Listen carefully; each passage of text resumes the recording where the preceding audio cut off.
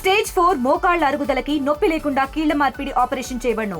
Doctor Ramesh Gajula, endoscopic spine ortho surgeon and pain physician, పెనిషియా spine pain ortho and sleep centre, Uppal, Hyderabad. అందరికీ నమస్కారం.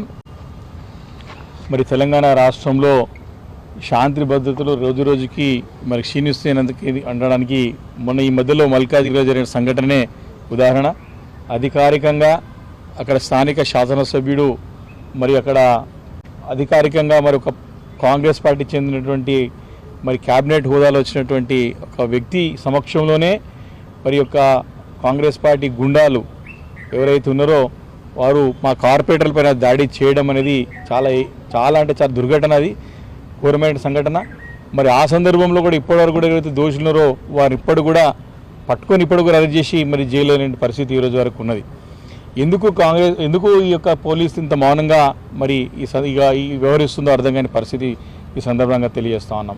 అదే సందర్భంలో మరి మా కేటీఆర్ గారు కార్పొరేటర్ గారికి, అక్కడ కార్పొరేటర్లకు కానివ్వండి, స్థానికంగా ఉన్న మల్కాజ్గిరి నియోజకవర్గం ఉన్నటువంటి పార్టీ శ్రేణులకి అండగలబడాల్సిన బాధ్యత వారి పైన. తప్పకుండా వారికి వెళ్ళి అండగా నిలిచి ధైర్యంగా ఇచ్చి పార్టీ మీ ఎంబడి ఉంటుందని చెప్పేసి కార్పొరేటర్లకి ధైర్యాన్ని ఇస్తే, మళ్ళీ గౌరవ మా యొక్క పార్టీ కార్యనిర్వాహక అధ్యక్షులు కేటీఆర్ గారి పైన లేనిపోని నిందను మోపడమే కాకుండా దుర్భుషలాడి, బదారు భాష మాట్లాడి, దిగజారి మాట్లాడి, అవమానకరంగా మాట్లాడి, సరే రాజకీయంగా ఎన్ని మాటలు మాట్లాడినా మరి పార్టీ కార్యకర్తలు కానివ్వండి, సమాజం కానీ దాన్ని వహిస్తుంది, ఒప్పుకుంటుంది. కానీ బదారు భాష, అనరాని భాష, లేనిపోని నిందను బట్టగాల్చి మిగిల్చేసే ప్రయత్నం చేసి వారు మా పైన ఆరోపణ చేసినప్పుడు తప్పకుండా మా పైన బాధ్యత ఉంటుంది.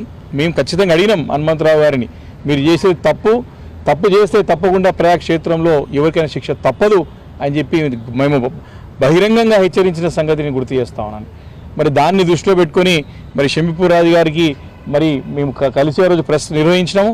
మరి వారికి లేనిపోని యొక్క ఫోన్ కాల్స్ వస్తూ ఉన్నాయి, రెగ్యులర్గా వస్తూ ఉన్నాయి.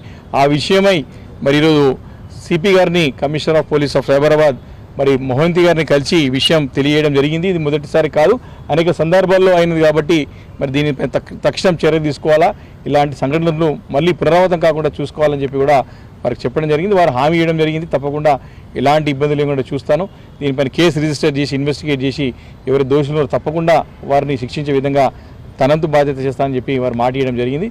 తప్పకుండా వారి యొక్క బాధ్యత గల అధికారిగా పేరుంది కాబట్టి వారిపై నమ్మకం ఉంది. తప్పకుండా ఇలాంటి సంఘటనలు జరగకుండా చూసుకోవాలి. లేకపోతే మాత్రం బీఆర్ఎస్ పార్టీ పెద్ద ఎత్తున 60 లక్షల మంది కుటుంబంతో ఉన్నటువంటి పార్టీ ఇది. ఒక్కసారి అందరు తిరగబడితే మరి ఏ రకమైన పరిస్థితి ఉంటుందో ఒక్కసారి మనం ఊహించుకోవాలా. కాబట్టి ఈరోజు ముఖ్యమంత్రి గారు ఘోరంగా విఫలమైన దానికి కారణమే ఇవన్నీ సంఘటనలు చేసి స్పష్టంగా అర్థమవుతుందని చెప్పి ఈ సందర్భంగా మనం చేస్తా ఉన్నాం. తెలుగులో న్యూస్ కి ఫాస్టెస్ట్ యాప్ ఇప్పుడు టోటల్లీ న్యూ అవతార్లో జస్ట్ 5 సెకండ్స్ లో కంప్లీట్ న్యూస్. సోషల్ మీడియాలో ట్రెండ్స్ కి one stop solution. Live TV app, voice search option తో ఇప్పుడే డౌన్లోడ్ చేయండి లేదా అప్డేట్ అయిపోండి. యాప్ లింక్ డిస్క్రిప్షన్ లో ఉంది.